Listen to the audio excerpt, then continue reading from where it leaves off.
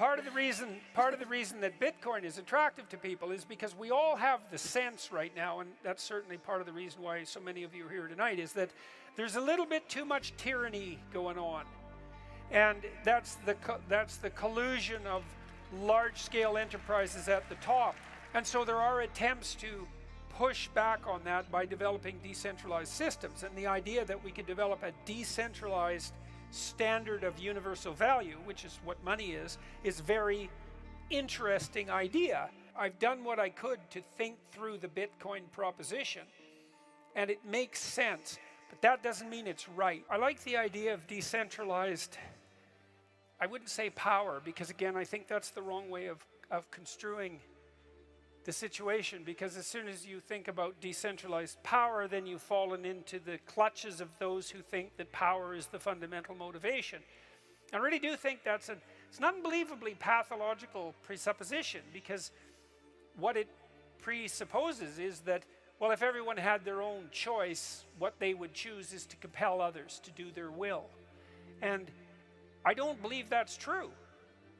I mean, I think it's true under some circumstances, but as I said before, I think that's only true when things degenerate. Because I don't think that we find our highest meaning in the compulsion of others to do our will. And I don't believe that we can find the meaning that sustains us in life by forcing others to grant our short-term wishes. I think that's an extraordinarily counterproductive way to live. And I think that the fact that psychopaths fail is evidence for that. Right? Psychopaths are people who have the proclivity to use instrumental compulsion on others. For a psychopath, you're the source of whatever gratification can be extracted in the short term.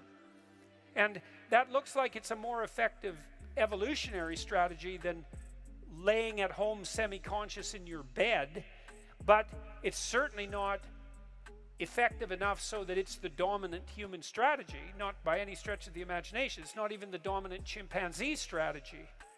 It isn't the distribution of power that's the advantage to decentralization. It's the distribution of destiny and responsibility.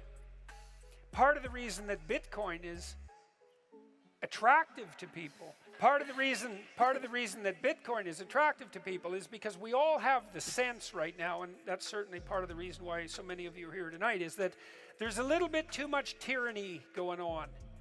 And that's the collusion of large-scale enterprises at the top. And so there are attempts to push back on that by developing decentralized systems. And the idea that we could develop a decentralized standard of universal value, which is what money is a very interesting idea. I've done what I could to think through the Bitcoin proposition, and it makes sense, but that doesn't mean it's right. You know, I went to a Bitcoin conference a while back, and it was full of Bitcoin enthusiasts, and of course all they wanted to hear was enthusiastic things about Bitcoin, and fair enough, you know, because it's not like I'm a great fan of the fiat currency that allows governments to print money and inflate away value, because that punishes people who are sensible and who make the proper sacrifices. It's inflationary, as you're all seeing right now. It's a very bad idea. And to give the centralizers that power, I think it's not a good idea. Now, that doesn't mean that Bitcoin is the right solution. And part of the problem with introducing a radical solution like Bitcoin, and it's radical because it would change the way we undertake all our trade, is that it probably won't do just the things you think it will do, right? Because when you change a system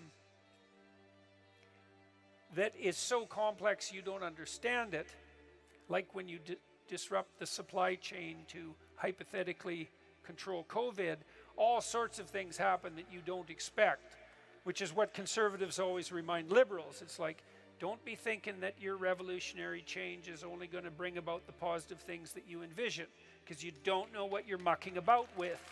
We could, in principle, and this seems to be what's happening, is allow a variety of currencies to battle with one another on the competitive landscape, and we sort of have that internationally because every currency has to trade against every other currency.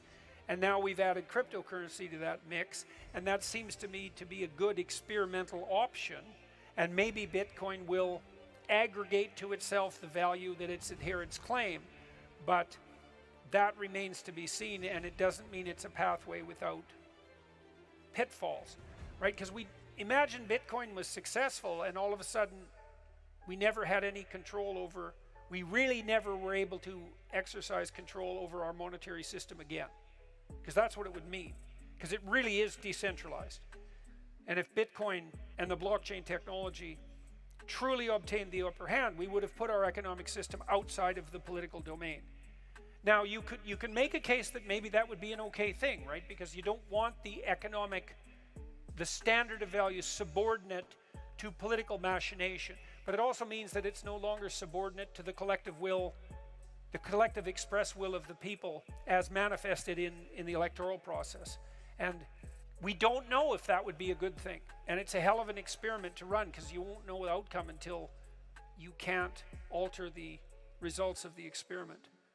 So, you know, I have some investment in Bitcoin because I'm curious about it, and it's a compelling idea. It's a genius idea, but that doesn't mean that it's destined for success. So I'm pro-decentralization. I like the idea that mendacious, short-term oriented, narcissistic, power-mad politicians can't inflate the currency and steal value from people to fund their idiot pet projects.